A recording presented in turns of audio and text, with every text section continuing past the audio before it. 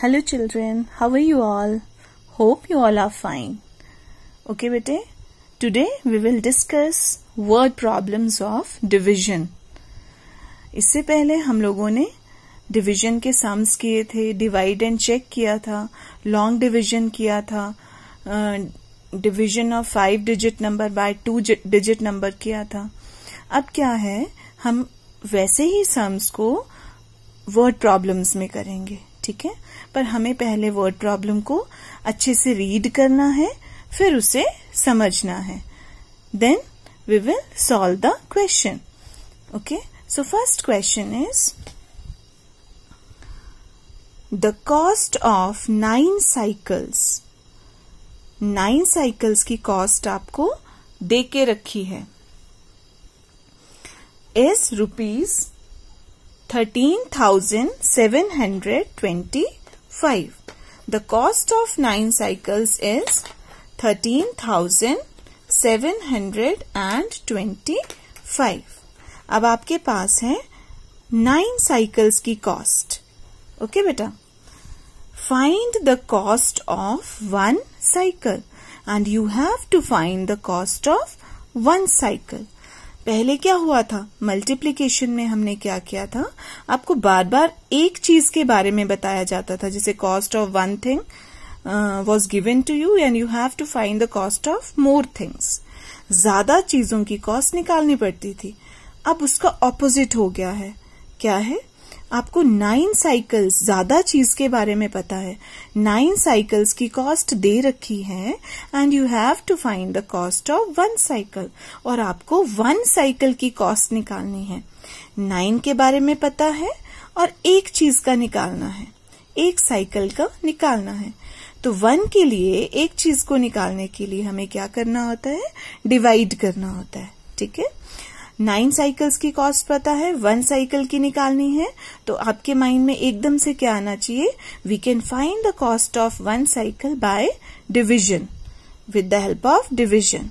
जब हम डिवाइड करेंगे 13,725 को 9 से, then only we can find the cost of 1 cycle.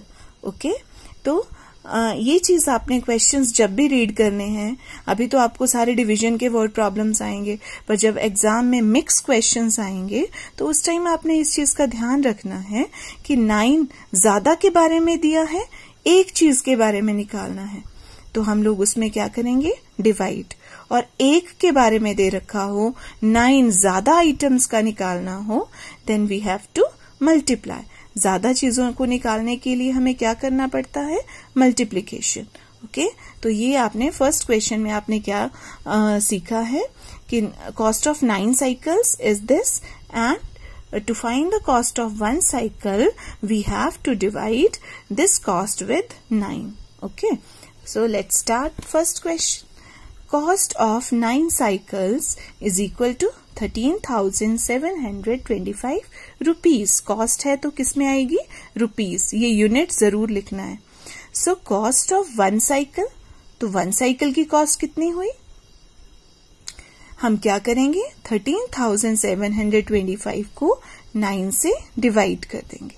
Okay, तो ये डिवीजन आपको मैम ने सिखाया हुआ है. तो इस तरह से 9 का टेबल आप लोगों को आता है, तो हमने इस तरह से ये क्वेश्चन सॉल्व कर लेना है. तो कितनी आई, 1,525. So cost of 1 cycle is ₹1,525. Okay बेटा, next question. There are equal number of students in each class. हर एक क्लास में एक बराबर बच्चे हैं. ठीक है, जितनी भी क्लासेस हैं उनकी हर एक क्लास की स्ट्रेंथ जो है वो सेम है. ठीक है बेटा, तो टोटल क्लासेस कितने हैं, इन 24 क्लासेस. टोटल क्लासेस कितनी है, 24. और सभी में एक बराबर बच्चे हैं. अगर एक क्लास में 25 बच्चे हैं तो दूसरी में भी 25, तीसरी में भी 25, हर एक क्लास में 25. तो इक्वल नंबर ऑफ स्टूडेंट्स हैं हर एक क्लास में. ये हमने अंडरलाइन कर लिया. और टोटल क्लासेस हैं हमारे पास 24. there are 1104 students. In 24 classes, there are 1104 students. 24 classes में 1104 students हैं. How many students are there in each class? Each means one. एक क्लास में. फिर से वही बात आ गई, सेम चीज रिपीट हो रही है कि अगर 24 क्लासेस में, ज्यादा क्लासेस है ना, 24 क्लासेस में 1104 स्टूडेंट्स हैं, तो वन क्लास में कितने होंगे? जैसे ये 9 साइकिल्स वाला था, तो 1 साइकिल की कॉस्ट कैसे निकाली? डिवाइड करके. सिमिलरली 24 क्लासेस का आपको पता है कि इतने बच्चे हैं उनमें, तो 1 क्लास में कितने बच्चे होंगे बेटे? Again we have to divide these students with 24 classes.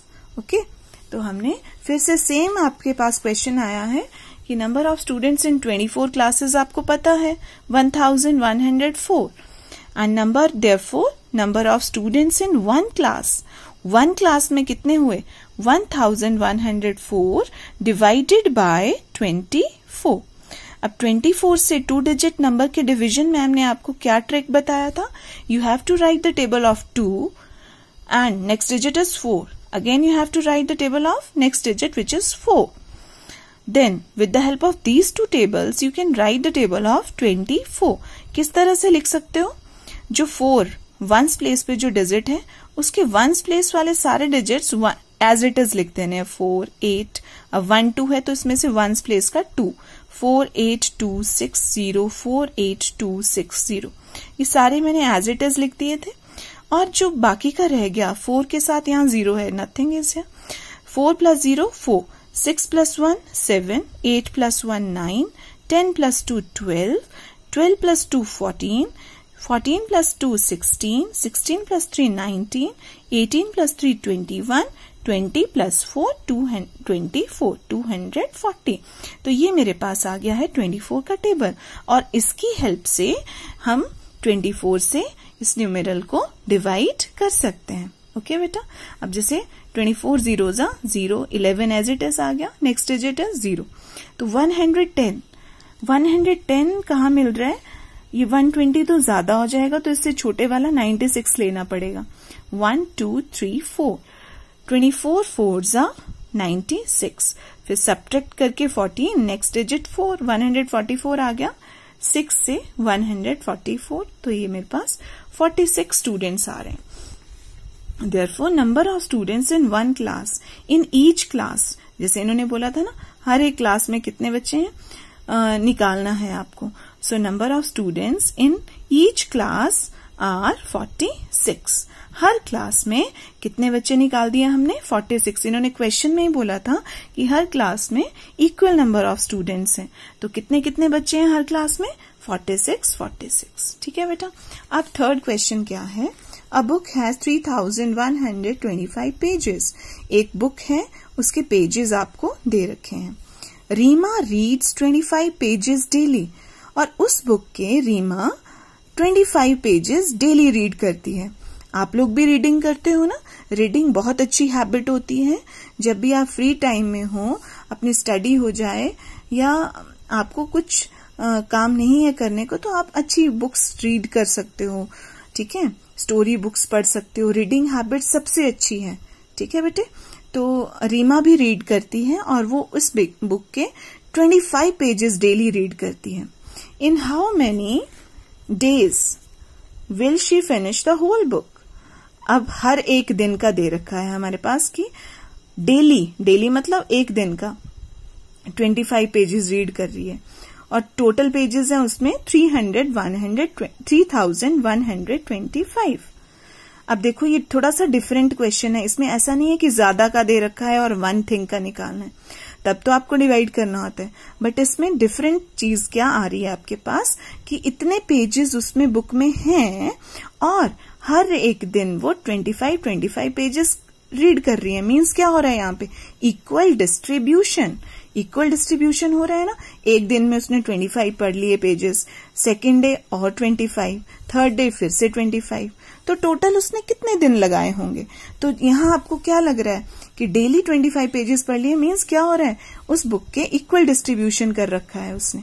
ठीक है, तो इक्वल डिस्ट्रीब्यूशन, जब भी इक्वल डिस्ट्रीब्यूशन की बात हो तब भी आपको क्या करना होता है बेटे, डिविजन करना होता है। ठीक है, तो इसमें भी हम लोग क्या करेंगे, डिवाइड।